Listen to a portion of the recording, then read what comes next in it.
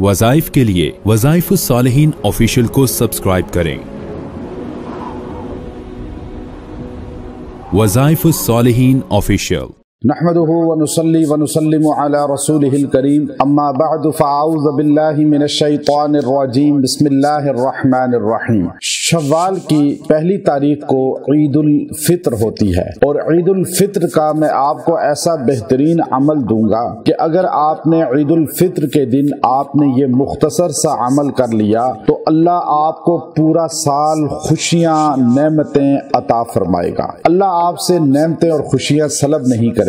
बाज लोग ऐसे हैं जिनको राहत, सुकून, खुशियां, उरूज, तरक्की मिलती है लेकिन फिर जब्त हो जाती है, छीन ली जाती है। तो ये बहुत बड़ा अजाब होता है, आजमाइश होती है कि नेमत मिलकर इंसान से छीन ली जाए। तो ऐसी इंशाअल्लाह अल्लाह रब्बुल इज्जत की तरफ से आपके लिए ये मुजर्रब कुरानी अमल है कि अगर आपने ईद उल फित्र के दिन अगर ये मुख्तसर सा अमल कर लिया, कोई मर्द औरत ये अमल करेंगे, अल्लाह उनके घर में, उनकी जिंदगी में नेमतों को, खुशियों को कम नहीं करेगा बल्कि पूरा साल बढ़ेंगी। चूंकि ईद उल फित्र जो होती है ये सिला देने का दिन है। आप सल्लल्लाहु अलैहि वसल्लम ने फरमाया ईद उल फित्र के दिन जब इमाम खुतबा देता है तो फरिश्ते रस्तों में खड़े हो जाते हैं, खुतबा सुनते हैं और जब खुतबा हो जाता है तो अल्लाह तबारक व तआला फरिश्तों से पूछते हैं, बताओ मजदूर की क्या उजरत है जो मजदूरी अपनी कर ले अहसन तरीके से। तो आप सल्लल्लाहु अलैहि वसल्लम ने फरमाया, तो फरिश्ते फरमाते हैं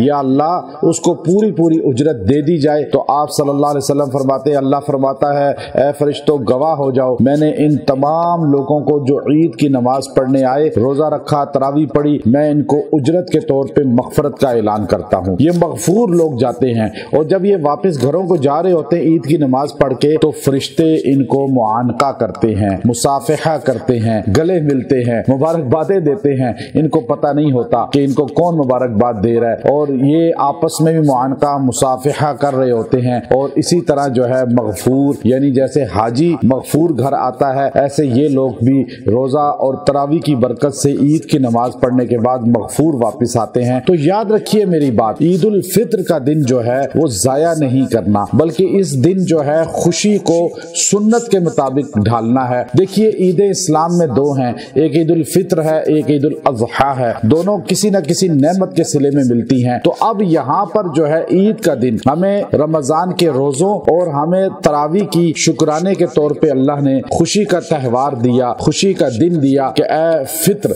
यानी इफ्तार करना, यानी इस दिन आपने रोजा नहीं रखना, इस दिन आपने इफ्तार करना है। तो ईद के दिन आपने इफ्तार करना है, खाना पीना है, खुशी करनी है। लेकिन खुशी कैसे करनी है? जैसे रब्बुल आलमीन ने बताया और अल्लाह के नबी मोहम्मद करीम सल्लल्लाहु अलैहि वसल्लम ने बताया। अपनी मर्जी के मुताबिक खुशी को दीन नहीं कहते बल्कि अल्लाह और अल्लाह के रसूल की मंशा को दीन कहा जाता है। तो अब आप ईद उल फित्र के दिन की किसी भी औकात में, आप पूरे दिन में किसी भी लम्हे खामोशी से बैठकर सिर्फ आपने 11 मरतबा 11 टाइम आपने ये आयते करीमा पढ़नी है, व इन तउद्दू निअमतल्लाहि ला तुहसूहा, व इन तउद्दू निअमतल्लाहि ला तुहसूहा।